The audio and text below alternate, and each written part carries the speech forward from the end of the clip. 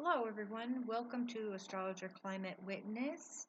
I am doing a video tonight having to do with kind of the theme of evolution of our species. Because to me, that's really what Aquarius is about. Aquarius is really the sign that's about humans, okay?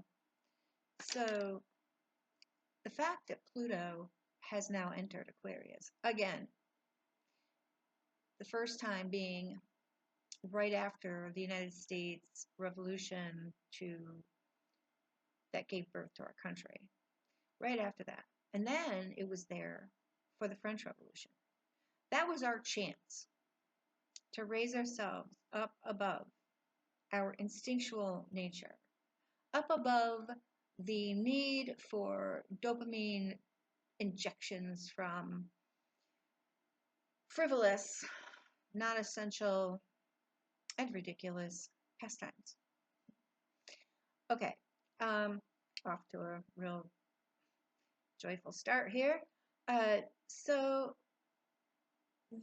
I'm going to read a quick description overview of evolution and about some of the other species that existed as we had evolved and then they went extinct. And then I'm going to read some other articles that have to do with climate change, etc. But what we want to keep in mind, the reason I'm doing this tonight is for various purposes. We see and we experience, even if we weren't in it, the fires in California. We have just laid to rest a president that, although not perfect, was probably one of the most humanitarian examples, humanitarian presidents, and a good example of what we should be aiming for. We haven't really come very close to that, and we now have a president who is so far from that it's hopeless, almost, as far as a leader goes. Again, Aquarius really is about decentralization. So the ultimate ending of Pluto through Aquarius may be that our governments are non-existent in the form they are now. When I say these things, it's not like I'm aiming for that necessarily. Humans have to have a way to organize. We recognize that because there's too many of us.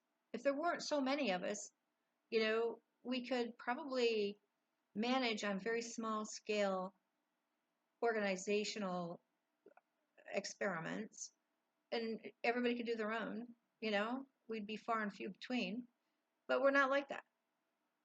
So we are in a time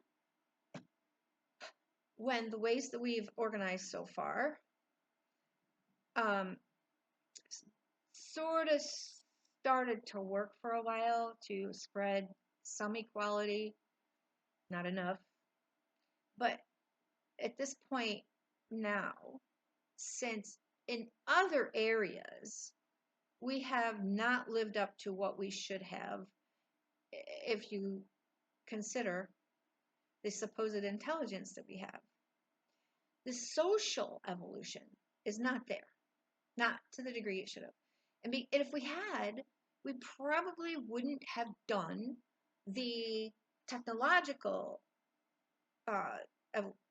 evolution, if that's what you want to call it, that we've done. Because we knew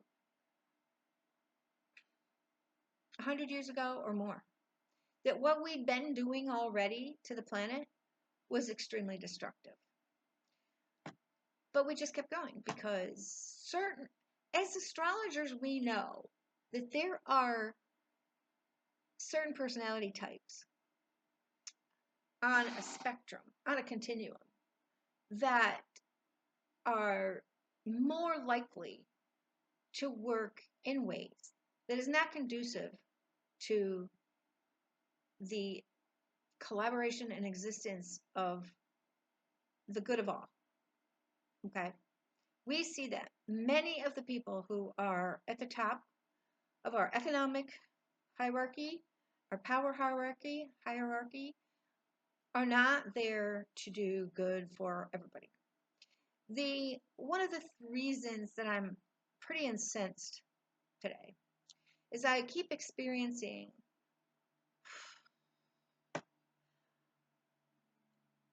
not just political leaders, but also people in astrology who only look at a surface explanation of what the planets are mirroring. Pluto in Aquarius is not just about the innovation that technology can do for us. That's an extremely limited and narrow way to explain Pluto in Aquarius. Progress for progress' sake, if that's what you want to call it, is not a good thing. Sorry, just not. I see people constantly promoting and celebrating the idea of AI, the idea of the technological revolution, that we don't have the regular industrial growth that we had. Now it's technological growth through electronic tools. Well, once you look into the resources that are necessary for this, and for 8 billion people and counting, you realize that that is not progress. That is digging a hole deeper. Okay, so let me start reading this particular. There's many articles that could be looked at and read for a rundown on evolution, but I found this and it's pretty good. Okay, let's start with this.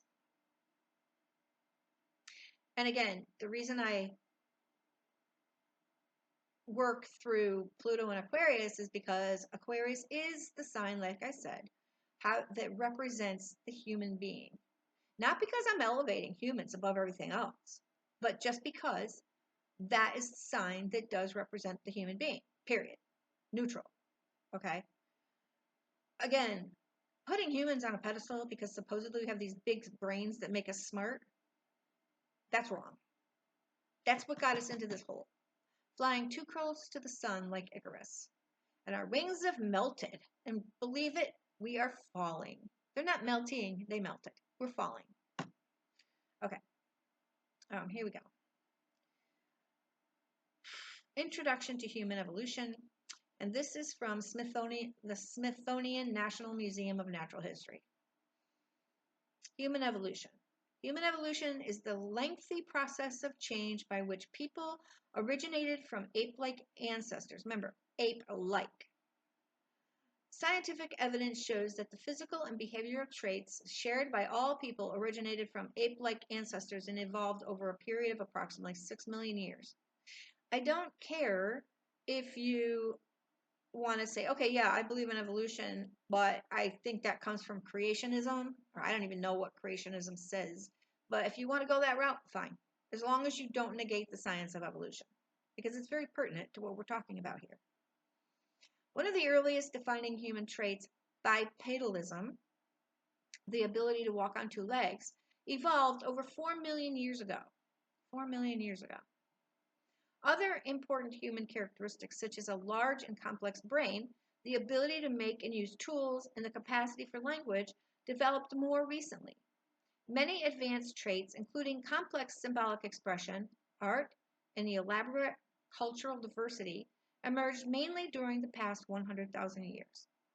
Humans are primates.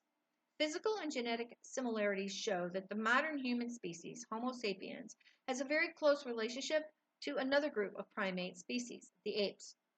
Humans and the great apes, large apes of Africa, chimpanzees, including bonobos or so-called pygmy chimpanzees, and the gorillas share a common ancestor that lived between 8 and 6 million years ago. Humans first evolved in Africa, and much of the human evolution occurred on that continent. The fossils of early humans who lived between 6 to 2 million years ago come entirely from Africa. Most scientists currently recognize some 15 to 20 different species of early humans. Scientists do not all agree, however, about how these species are related or which ones simply died out. So that's because when they say they don't agree, it's just that they can't find all the connections, but they're there. We've done this before, figured out connections. Okay. Many early human species, certainly the majority of them, left no living descendants. Scientists also debate over how to identify and classify particular species of early humans and about what factors influenced the evolution and extinction of each species. Early humans first migrated out of Africa into Asia, probably between 2 million and 1.8 million years ago. They entered Europe somewhat later, between 1.5 million and 1 million years ago.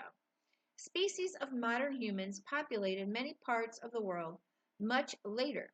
For instance, people first came to Australia probably within the past 60,000 years, and to the Americas within the last 30,000 years or so. The beginnings of agriculture and the rise of the first civilizations occurred within the past 12,000 years.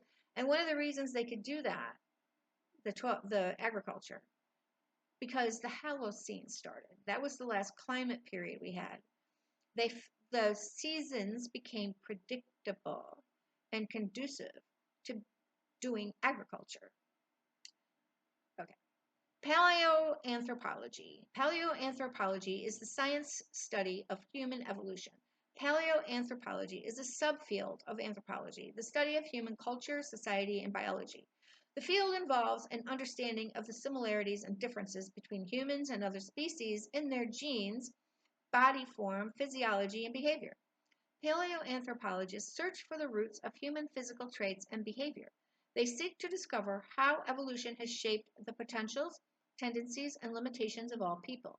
For many people, paleoanthropology is an exciting science field because it investigates the origin over millions of years of the universal and defining traits of our species.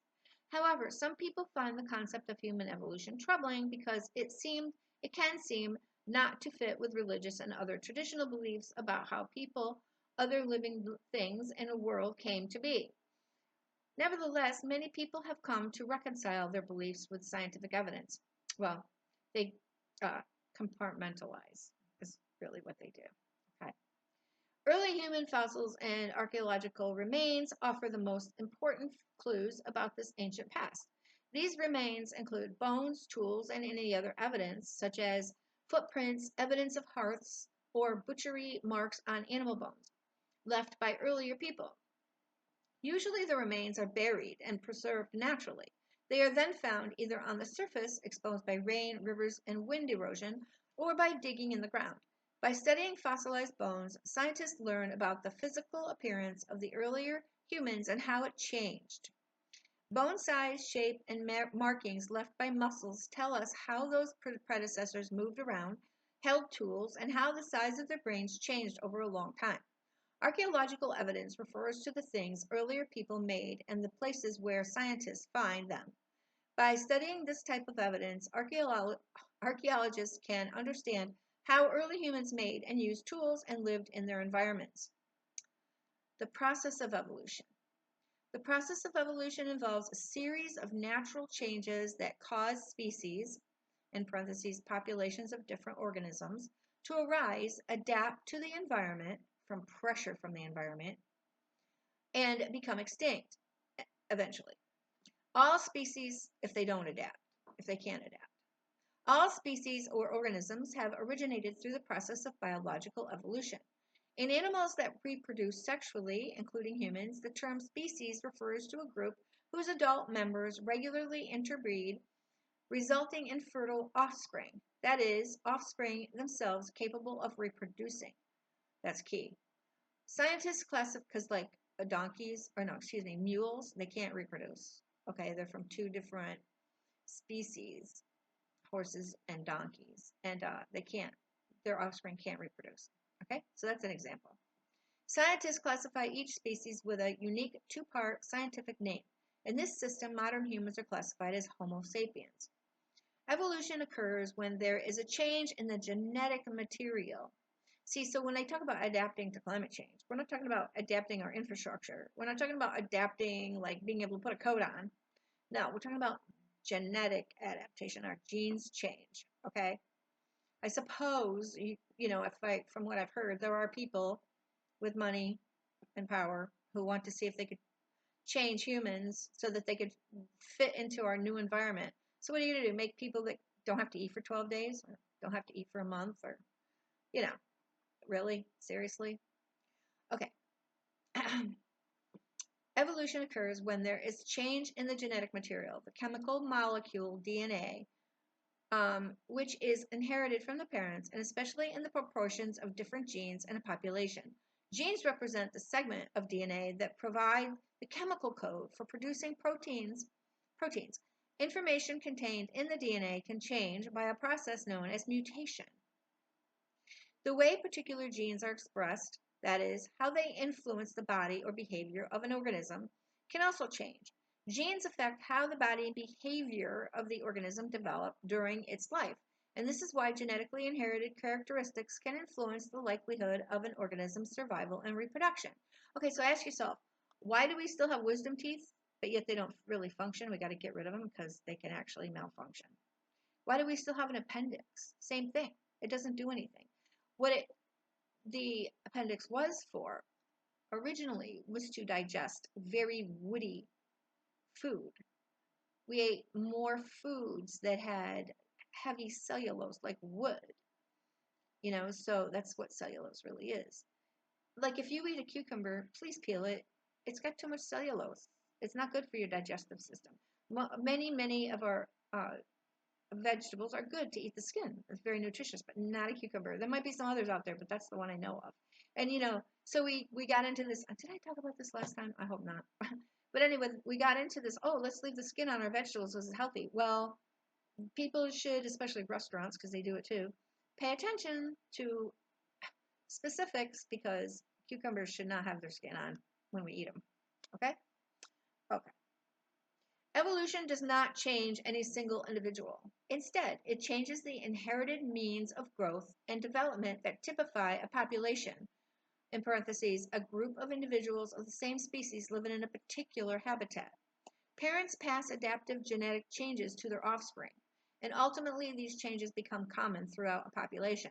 As a result, the offspring inherit those genetic characteristics that enhance their chances of survival and ability to give birth, which may work well until the environment changes. Over time, genetic change can alter a species' overall way of life, such as what it eats, how it grows, and where it can live. Human evolution took place as a new genetic variation in early ancestor populations, favored new abilities to adapt to the environmental change, and so altered the human way of life. So every time you hear somebody say, oh, the environment's always, or the climate's always changing, of course. Again, I'm going to say it again. All climate scientists will tell you that the climate's changed in the past, but this time we're doing it exponentially fast so that nothing has time to do this DNA change. Plants, animals, we're one of them. Can't do it. And for us, it's not just the genetic changes. Our infrastructure cannot stand up to climate change. As we can see, as of today, and even in the Helene hurricane, our infrastructure is what keeps us alive because we cannot survive, 8 billion of us, with no infrastructure. Okay. Now, there's that. Next, well, I wanted to read a little bit about one of those species that used to be here, the Denisovians. I think this is like really interesting. The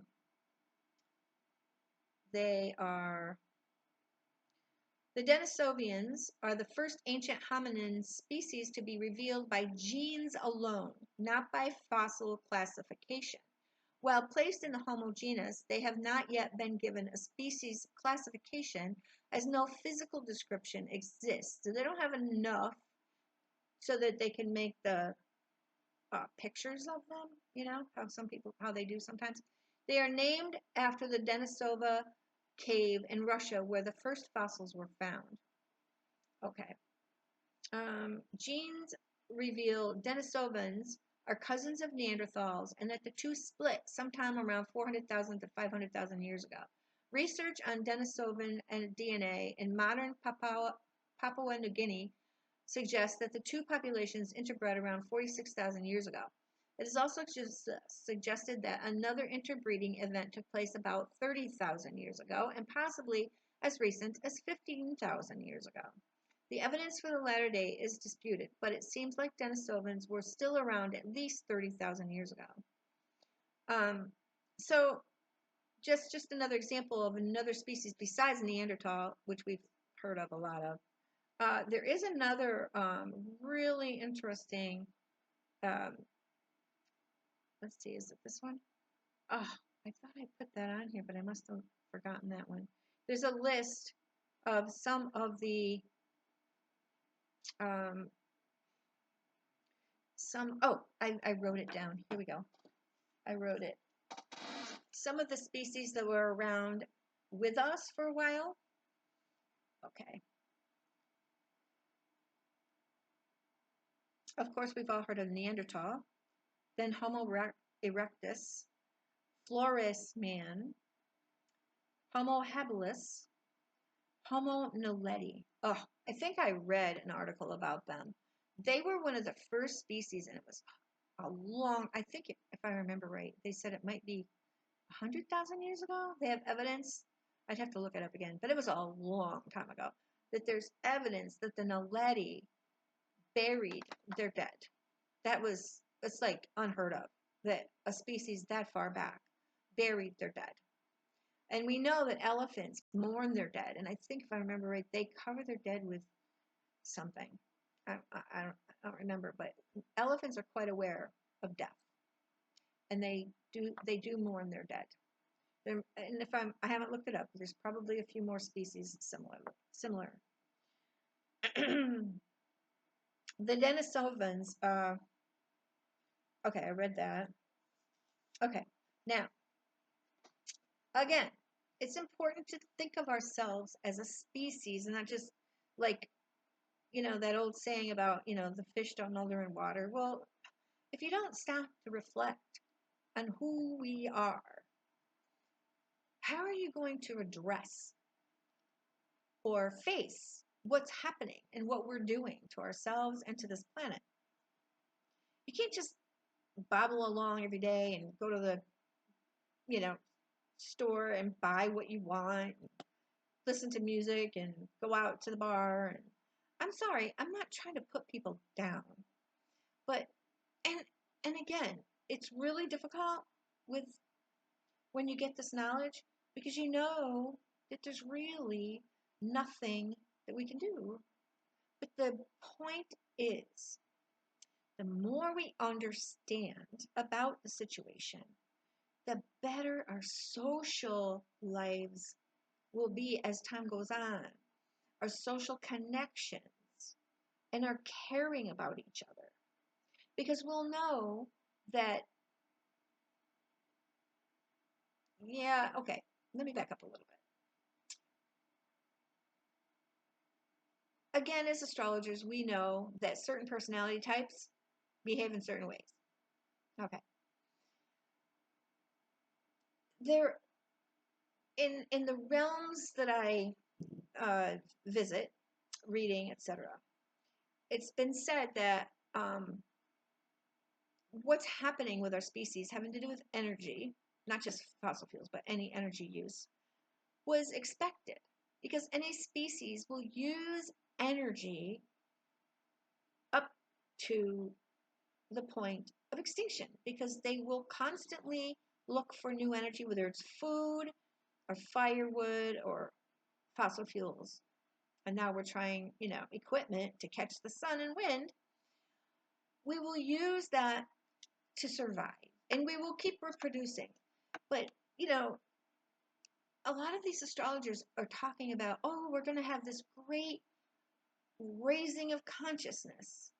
Well, that's all well and good, but too bad it didn't happen like 500 years ago, or 250 years ago, or even 100, so that we didn't use fossil fuels. Raising of a consciousness would mean that, okay, we're aware of our animal nature, that use of surplus, and it has to be surplus energy, because if there's always only the amount absolutely necessary to keep a person or peoples alive, that means, of course, that there's no growth. This is getting a little hairy here, but the surplus energy is what keeps us going into the future and helps us reproduce. And then we grow, okay? We reproduce and we make more of us. And then we do all these fancy things that we've done as a species called progress. Um, but there's been plenty of people who were aware of all of this over at least the last 100 years, if not farther. And yet, those people, even if they tried to tell us and tell the people in power what was happening, it was ignored, suppressed, because you've got economic systems that push people with those personality types into behaving a particular way. And I know there's a lot of people out there that say, uh, oh, it's capitalism that's causing all of this. Well, who came up with capitalism? We did. It wasn't like sent down here from outer space. We came up with it, okay? Just like communism and just like socialism, they're all human constructs of how to organize ourselves economically and politically. So, um, you want to say, what's next? What could we possibly do about organizing ourselves? Well, like I said a few minutes ago, that was something we should have thought of a long time ago. So now I'm going to segue into why I'm saying it's so late. Oh, and that's, wait a minute. Okay, here we go. Here's one of the first things. You've got a list of things that are going to occur no matter what we do. Because if you haven't really studied climate change, then you're not going to be aware of the intricate definitions and descriptions of what's going on, okay, and why it's so late. You're not going to know this. You're not going to understand it by superficial titles that you see on articles, and you don't read them, or by television. They say, like the Weather Channel, they're always talking about climate change, but they never tell you the ramifications. Some people out there right now have been seeing some of those ramifications, and they're starting to question. Okay, here we go. Shucks, it's not here. All right, so we are okay. Okay, the AMOC, the slowing or stopping of the AMOC, the Atlantic Meridional Oscillation Circulation. And I know I've probably talked about this before, but I'm making this list of things that are going to happen. In 2023, a statistical analysis of output from multiple intermediate complexity models suggested an AMOC collapse would most likely happen around 2057, with 95% confidence of a collapse between 2025 and 2095. So there's a range, but a specific date, average, or however you want to call it, of 2057. But between 2025 and 2095, it's pretty likely, 95% confidence, that the AMOC is going to stop. Slowing drastically would be even just almost as bad. It's already slowed 15%.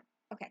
This study received a lot of attention and criticism because intermediate complexity models are considered less reliable in general and may confuse a major slowing of the circulation, with its complete collapse. A major slowing is still bad. It's still going to wreak havoc with weather patterns, etc.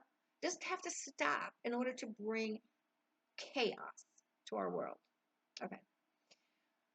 The study relied on proxy temperature data from the northern subpolar gyre region, which other scientists do not consider representative of the entire circulation, believing it may be subject to separate tipping points.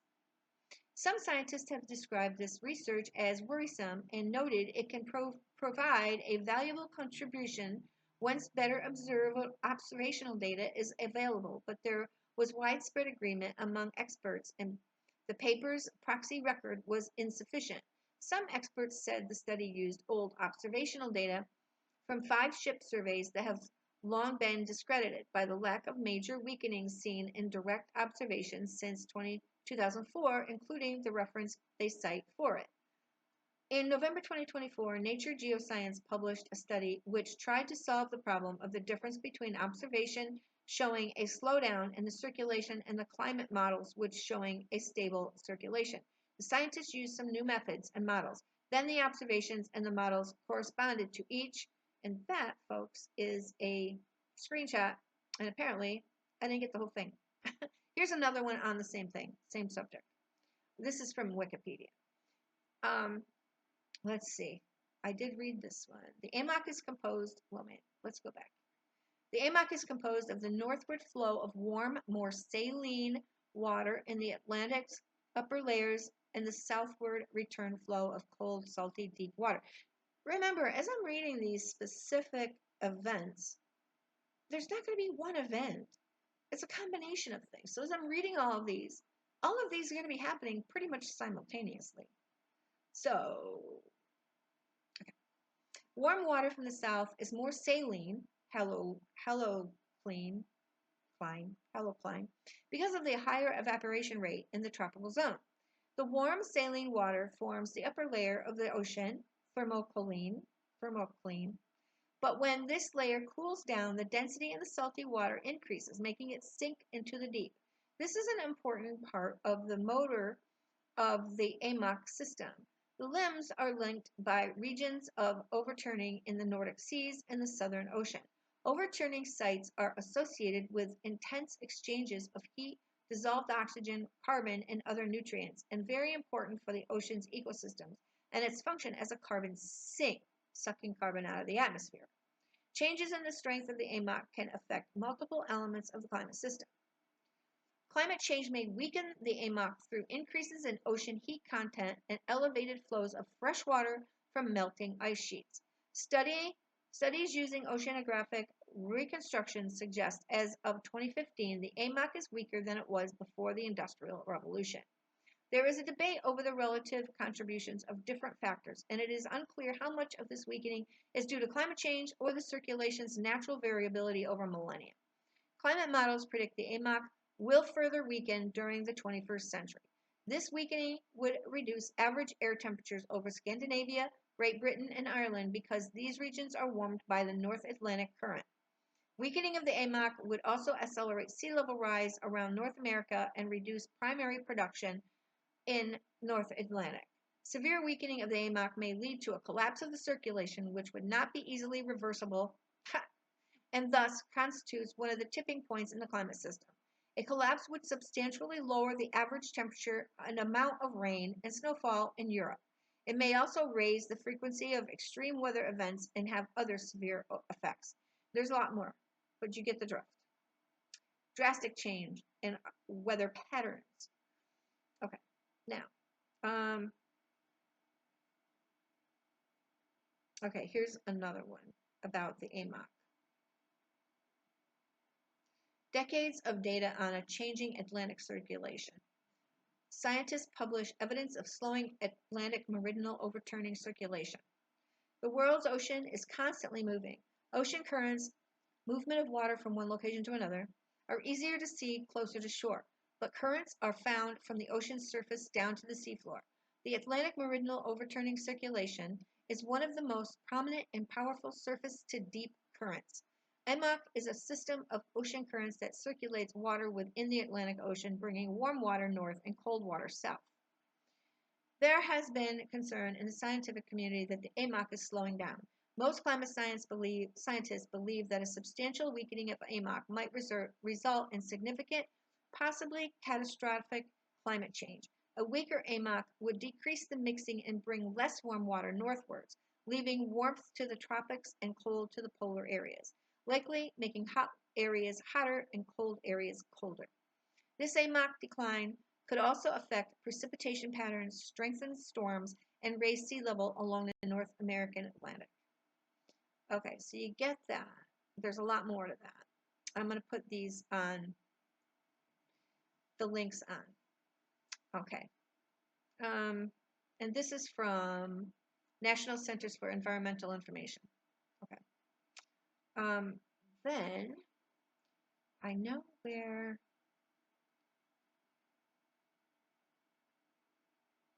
Okay. Here's another one. This is from Live Science. It says,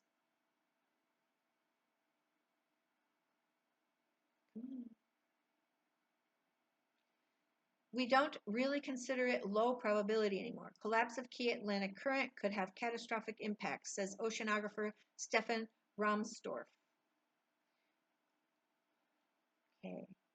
Trouble is brewing in the North Atlantic. Beneath the waves, the Atlantic meridional overturning circulation, which includes the Gulf Stream, acts as a planetary conveyor belt, bringing nutrients, oxygen, and heat north from the tropical waters while moving colder waters south, a balancing act that keeps the northern hemisphere warm. But research into Earth's changed climate history says that the current has switched off in the past, and a growing number of studies suggest that climate change is causing the AMOC to slow, possibly leading it toward a disastrous collapse. Okay. On Monday, October 21st, 44 oceanographers from 15 countries published an open letter calling for urgent action in the face of weakening circulation.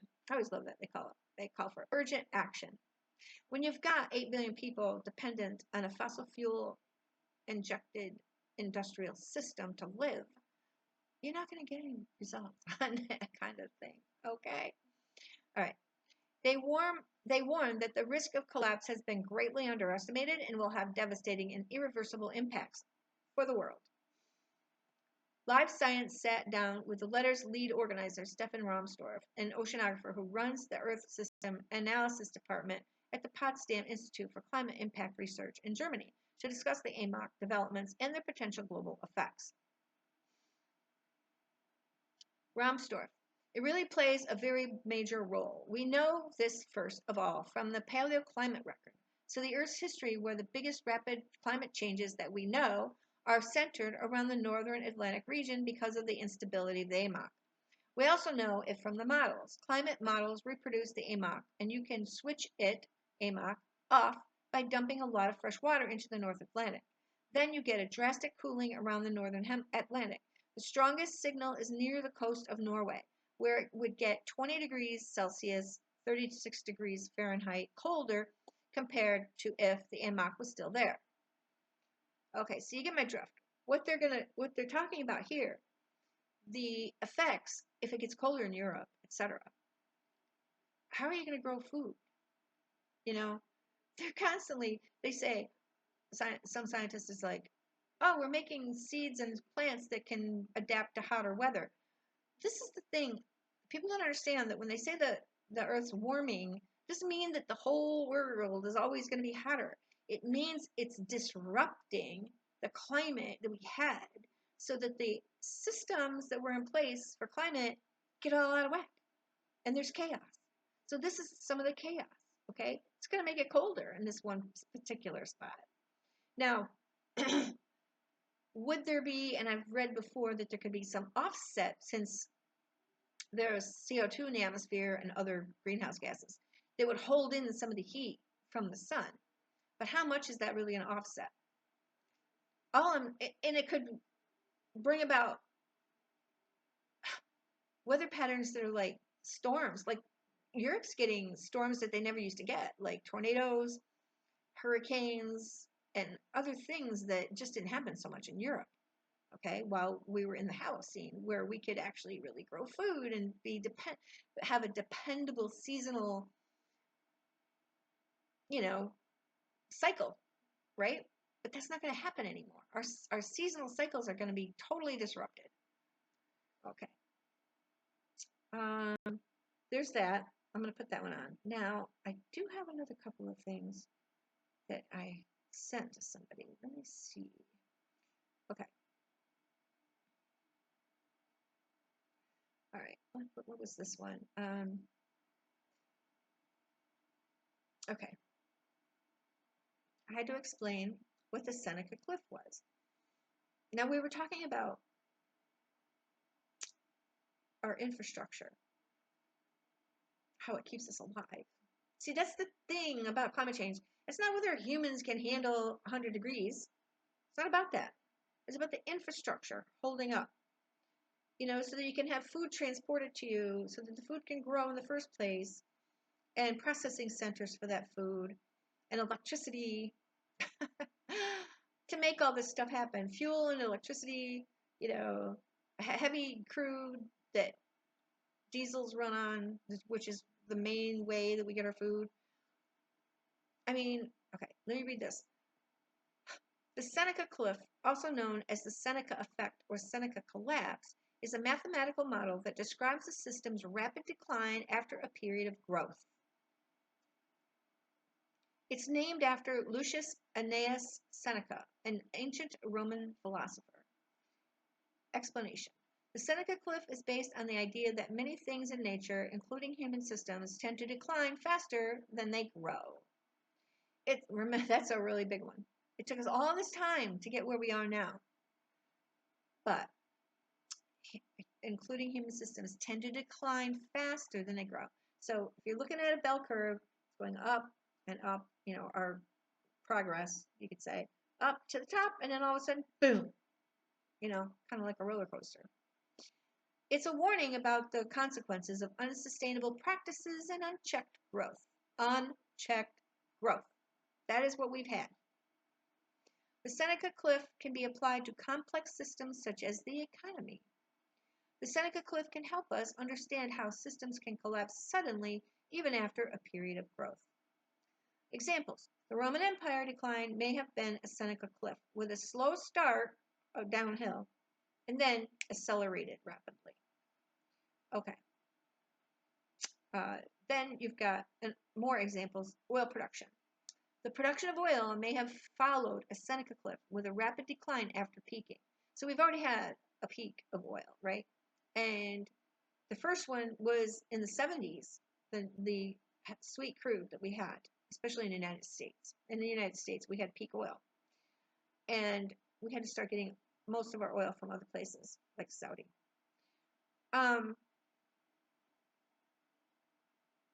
Resource depletion. The depletion of resources such as copper may follow a Seneca Cliff with a rapid decline as rich deposits are depleted. And yes, copper is being depleted. It is going downhill. That's why it got so expensive over the past 10 to 15 years. Okay, the price of copper went skyrocketing. Okay. What do we got here? Oh, then I was wondering, I'm just trying to give examples of things that are going to happen, because there's no way that any of the things we've ever done so far are going to affect even a slowdown on any of this. Now, this particular thing I'm going to read next, I really hope that somehow everything falls apart before we bring this on, because this is the worst. Well, one of the worst. It's called the Canfield Ocean. It's a model of the Earth's oceans during the Proterozoic eon, when they were partially oxygenated and rich in sulfur. The model was proposed by American geochemist Donald Eugene Canfield in 1998. A Canfield Ocean was characterized by low oxygen levels in the atmosphere and ocean and the anoxic conditions in the deep ocean. So think of the Gulf of Mexico, where there's plenty of those, there's no oxygen in those areas in most of the Gulf of Mexico. The ocean was chemically stratified at that time, during the Proterozoic, with an oxygenated surface layer, a sulfidic middle layer, and a suboxic bottom layer. The ocean's supposed to mix. So what they're getting at is the stratification. The ocean's sulfidic composition may have given it a black and milky turquoise color instead of blue. The Canfield Ocean may have been home to anaerobic bacteria that converted sulfate into sulfide. The Canfield Ocean may have been important to the desertification of diversification of early eukaryotes, and the protozoa. Okay, so then we have evidence of Canfield Ocean includes presence of 340, 35, I don't know, there's symbols there and I don't really know what they are, in sedimentary pyrite. It's an amount, a quantitative data point. Evidence of the first sulfate evaporites. Stable isotope ratios found in sediment records. Okay, there's more that people can look up on that. And then here we go. Past and present day greenhouse gas emissions will affect climate far into the future. Now, this is really important. This is why I say we're not going to change anything. Not really. My point is what we need to change is how we get along with each other. Okay, and how we try to make life as good as possible for each other locally as we can. This is what we can do. If you want to know what to do, this is what you do. You know, you grow food as much as you can. You learn skills like learn about herbs, learn about first aid, learn about anything like how to resuscitate somebody, first aid. Yeah, I don't know why I can't think of it, but you know what I'm talking about. So CPR. Learn to research and read a lot about a lot of things so we can pass on this information down to other generations. Okay, and certain subjects. I guess we have to still teach and learn about some things, or who's going to take care of the nuclear power plants. We got to do something about them. We have to do something about them. I just don't know what to say about that. I really wish more people would talk about it. Every single time they come up with scenarios, they leave it out. You know, most people do. You can't leave that out. Okay, let me read this. Many greenhouse gases stay in the atmosphere for long periods of time. As a result, even if emissions stopped increasing, atmospheric greenhouse gas concentrations would continue to increase and remain elevated for hundreds of years. Moreover, if we stabilized concentrations and the composition of today's atmosphere remained steady, which would require a dramatic reduction in current greenhouse gas emissions. Remember, emissions are different in concentration. Concentration's what's already there. It's not going anywhere. Emissions are what we're adding to that, okay? Because if you're reducing emissions, you're not reducing what's up there, okay? Which would require a dramatic reduction in current greenhouse gas emissions. Surface air temperatures would continue to warm. This is because the oceans, which store heat, take many decades to fully respond to higher greenhouse gas concentrations. The ocean's response to higher greenhouse gas concentrations and higher temperatures will continue to impact climate over the next several decades to hundreds of years. To learn more about greenhouse gases, please visit, and there's, Because it is difficult to project far-off future emissions and other human factors that influence climate, scientists use a range of scenarios using various assumptions about future economic, social, as a screenshot. So, does it look like we're going to change our behavior? Look who we voted in. Okay. According to recent studies, the probability of a blue ocean event. Now, this is another event that's definitely going to take place. We're not going to do anything to stop it. We can't. It's already in the flow. According to recent studies, the probability of a blue ocean event, an ice-free Arctic summer, within the next 10 years is considered relatively high. It could, even if it doesn't happen in 10 years, it could still happen in 12 years or 15 years, but it's definitely high probability within the next 10, with some models predicting a significant chance of it occurring within the next 3 to 6 years. Potentially even as early as 2027. Although there is still uncertainty around the exact timing due to complex climate factors. Key points to consider. Research Recent research suggests a higher likelihood. Several studies indicate that the Arctic could experience an ice-free summer much sooner than previously thought, with some models predicting a blue ocean event within the next decade. Factors influencing probability. The rate of greenhouse gas emissions and natural climate fluctuations will significantly impact the timing of a blue ocean event. Potential impacts of a blue ocean event. An ice-free Arctic would have significant consequences for global climate patterns, sea level rise, and marine ecosystems. Now, here's an example of climate patterns. The Santa Ana winds that exploded the fire in California are an example of climate patterns. We've always had this Santa Ana winds for probably most of the Holocene, I guess, but they were made exponentially worse from climate change.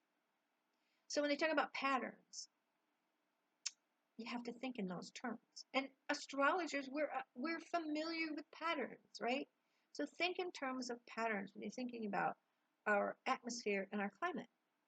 Okay, this is what we need to do. So when you hear people, including astrologers, talk about, oh, Pluto and Aquarius, we're going to have robots and AI, and oh, we're going to have this consciousness raising. You know what that includes?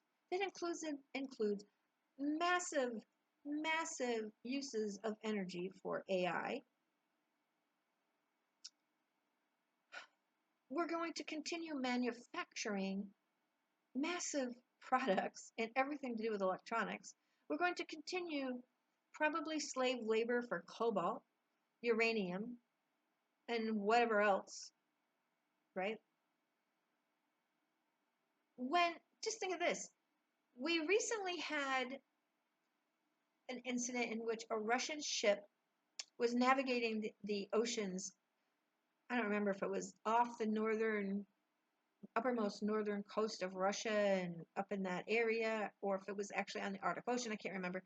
But that ship, because of ocean conditions, split in half, and a massive number of gallons of oil, heavy oil, went into the ocean. That's one ship. But this is the kind of thing to keep in mind, because as the oceans change, what do you think the weather is going to be like up there? I mean, the storms are already so significant. How is a ship going to, or oil drilling rig, because that's what these guys want. They want to drill for oil up there, right? And gas. How are they going to do that in the kinds of ocean storms? And are you kidding? So, how are they going to get people to work there? How are they going to get people to, oh, yeah, I'll work up there in the freaking freezing cold and maybe, sacrifice my life so that you rich guys can make oil and make money and everybody. Yeah, okay. You get my point. You know what they'll do? I mean, I don't really know, but probably because that's what's been done in the past for centuries, they'll just kidnap people and make them slaves. Yeah. I mean, that's what we've done. How do you think the pyramids were made? How do you think, there's something I thought of today? A lot of those castles that were made, maybe all the people that made them weren't really slaves, but do you think many of the laborers that worked on those castles of the rich ever got to walk into those castles and experience? I mean, they could have at least said, you know what, you built this. Why don't you come in? We'll have you a nice festival dinner, and you can just enjoy for a little while what you built, just to show our appreciation. No. So what we really need to change is our expectations about how we live. And I'm not just talking about giving up frivolous stuff either. I mean, think about it. You're trying to have everybody in the world have washing machines, everybody in the world have cars, everybody in the world have, essential heat and air conditioners. I mean, come on. Think about all the raping of the earth that we have to do to get the materials to make those things, distribute them. I mean, come on. It's unbelievable that people still think this way. And of course, the alternative is If we give it all up, billions of people will die. But if we keep doing it, billions of people are going to die. I think next time I'm going to look up information to show why the attempts that we've made at climate mitigation, reducing emissions, aren't working or won't work. One example, and I'll have to come up with data and real information, but when they talk about clean coal and they talk about carbon capture, I might have done this a long time ago, I'm not sure. But why that's not really working? First of all, it's extremely expensive. Companies don't want to do it. It takes too much of their profit.